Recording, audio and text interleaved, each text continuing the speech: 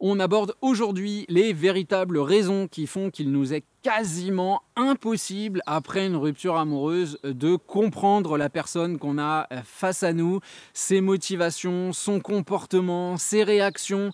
Tout ça entraîne pas mal de réflexions, souvent biaisées, et je vous explique pourquoi, et ça commence comme d'habitude, juste après le générique.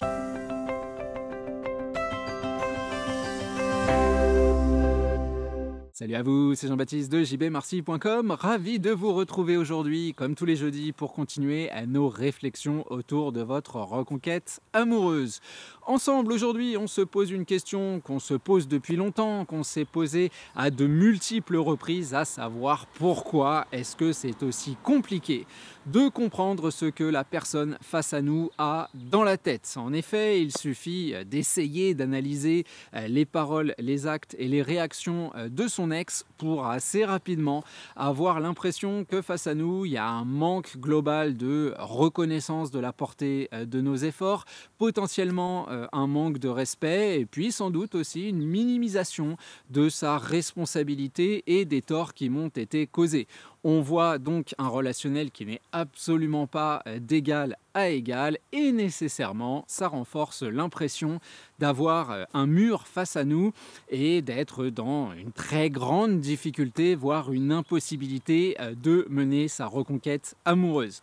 À ça, on va évidemment, parce que il faut en parler, ajouter le poids des jugements de valeur, et quand on va mélanger, ça va nous donner un cocktail qui va être fait d'une image relativement médiocre qu'on va avoir de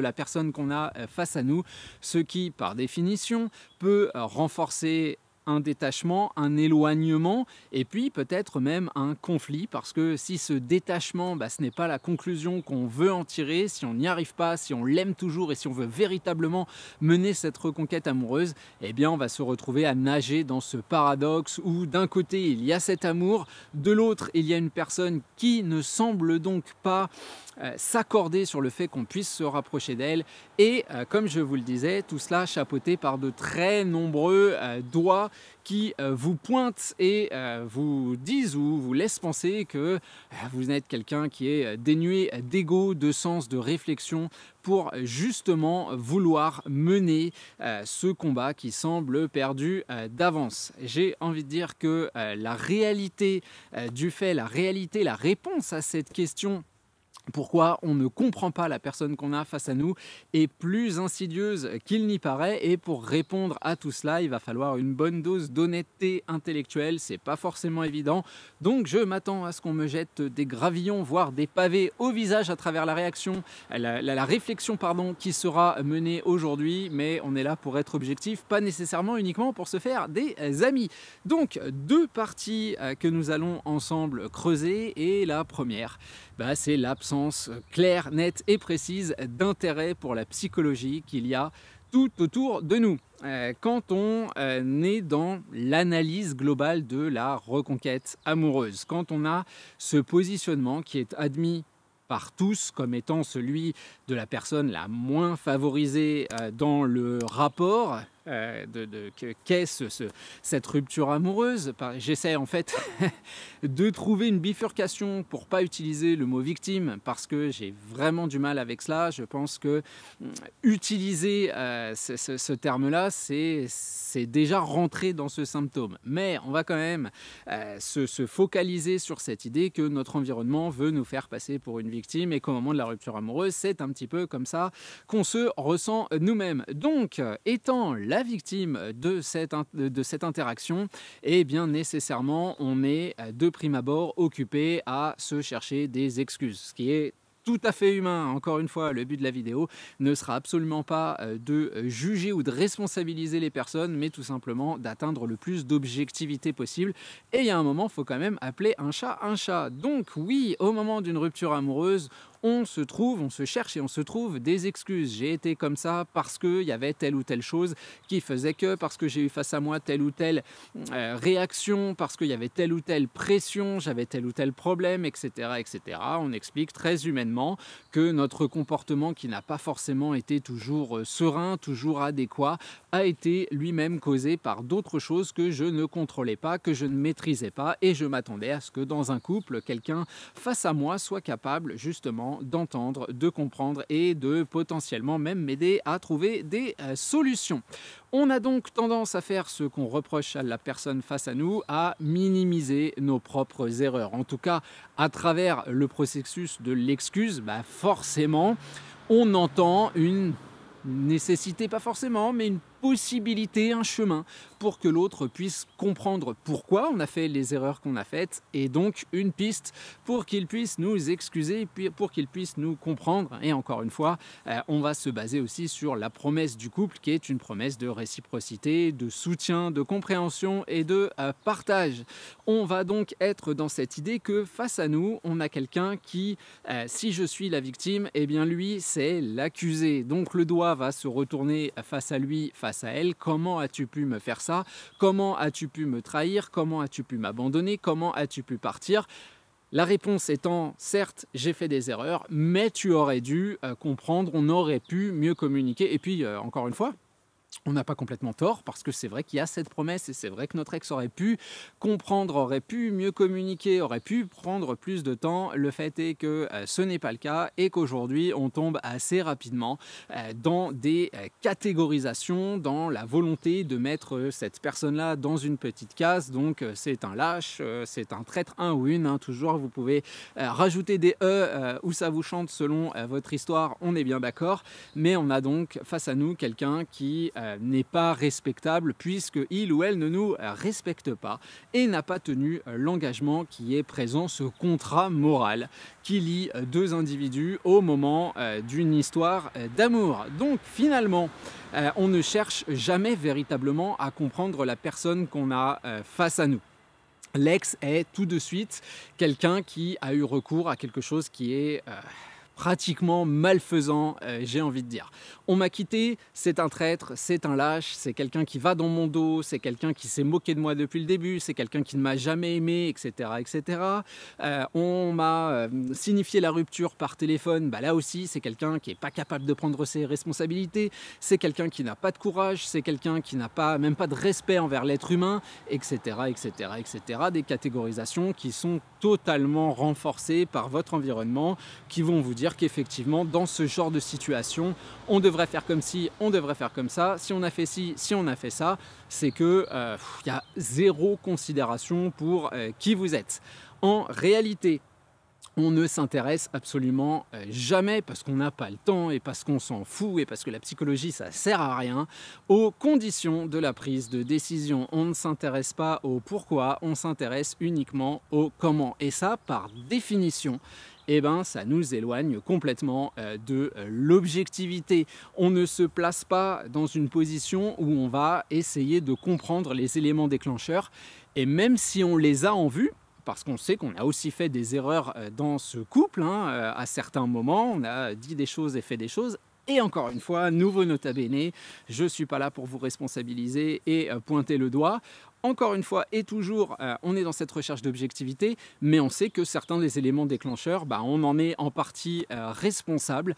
Notre responsabilité est en tout cas engagée, dirait-on, de manière légale. Mais comme nous, on est déjà passé par le processus d'excuse, la seule explication valide, la seule raison tangible, c'est que l'autre est donc une personne qui, intellectuellement, humainement, est complètement défaillante. Et là, on voit effectivement qu'il y a un écart qui se creuse, et on pense toujours qu'à sa place, on aurait fait de manière différente. Et ça, on va voir dans notre deuxième partie que c'est pas nécessairement réellement le cas, que c'est complètement biaisé. Donc le titre de cette dernière, c'est effectivement que la notion d'empathie est complètement biaisée. Quand on analyse donc les choix, les comportements de la personne que j'ai face à moi et la rupture amoureuse de manière plus globale, c'est-à-dire que pas uniquement l'analyse de cette rupture, mais ce qui se passe depuis, sa manière d'affirmer son pacte, de se rapprocher ou non, de communiquer, on se place jamais entièrement et de manière neutre dans les chaussures de la personne qu'on a face à nous. On le fait toujours en analysant l'impact que ces actions et ces réactions ont sur nous. Finalement, on regarde notre propre reflet dans ses yeux en se disant absolument toujours que nous, à sa place, on aurait fait différemment. Et pourquoi est-ce qu'on se dit que nous, on aurait fait différemment? Parce que la personne qui est directement touchée par ces actions, ces réactions, c'est moi. Donc nécessairement, j'ai toujours dans un coin de la tête cette espèce de devoir, de mémoire envers la victime. On est toujours dans un oui, mais. Et ce processus, on le retrouve dans un système de pensée qui est valide et qui est complètement moral. On est bien d'accord, et là je vais peut-être me faire des ennemis parce que c'est le genre de sujet qui amène des catégorisations, mais quand on analyse une situation très simple, qui est violente, mais qui intellectuellement n'est pas compliquée, une personne qui a commis un crime, par exemple, c'est très difficile de se dire que je peux me mettre dans ses chaussures, comprendre, peut-être pas accepter parce que y a un crime, mais essayer de comprendre le déroulement des opérations et comment cette personne est allée jusqu'à commettre son crime. Alors qu'on parle de meurtre, on va parler de trucs les plus durs parce que c'est là que ça devient le plus difficile, très clairement. Il y a toujours ce moment où, dans le raisonnement, l'intellectuel va être laissé de côté au profit de l'émotionnel, parce qu'il y a, comme je vous le disais à l'instant, ce devoir de mémoire pour la victime et se dire que j'ai pas le droit d'accepter qu'il ou elle a pu faire ça, qu'il ou elle avait le droit, qu'il ou elle avait une justification, parce qu'encore une fois, il y a eu des dégâts, il y a eu de la casse. Et ça, matériellement, c'est pas de l'objectivité et c'est pas non plus de l'empathie, c'est un refus intellectuel d'être dans l'empathie, d'être dans la compréhension, d'être dans la neutralité qui est complètement justifié par la douleur causée, par les dégâts, par les conséquences. Et quand on parle d'une personne extérieure et qu'on parle d'un meurtre ou d'un truc ignoble, évidemment, moralement, on va être soutenu par absolument tout notre environnement. Est-ce que ce serait pas un petit peu la même chose au moment d'une rupture amoureuse, Il ou elle m'a trompé, c'est un espèce de salopard, c'est machin, c'est truc, c'est bidule, et effectivement, je suis la victime, et c'est ignoble, etc., etc., etc., ce qui est acceptable intellectuellement parlant, mais qui n'est pas nécessairement objectif. Et cette logique-là, finalement, oui, elle va nous mener au conflit, puisqu'autour de nous, si on se laisse embrigader dans ce système de pensée, puisque nécessairement tout notre environnement va le justifier à 100%. Ça me rappelle quelque chose, ou c'est plutôt cette chose-là qui m'a aussi motivé à faire la vidéo du jour. Il n'y a pas très longtemps, vous savez que je trouve souvent des exemples dans la vie concrète ou dans ce que je peux voir à la télé, etc. etc. Et j'étais sur cette fameuse chaîne de télé que je regarde assidûment qui s'appelle Investigation Discovery, donc un truc sur les meurtres, les crimes, etc.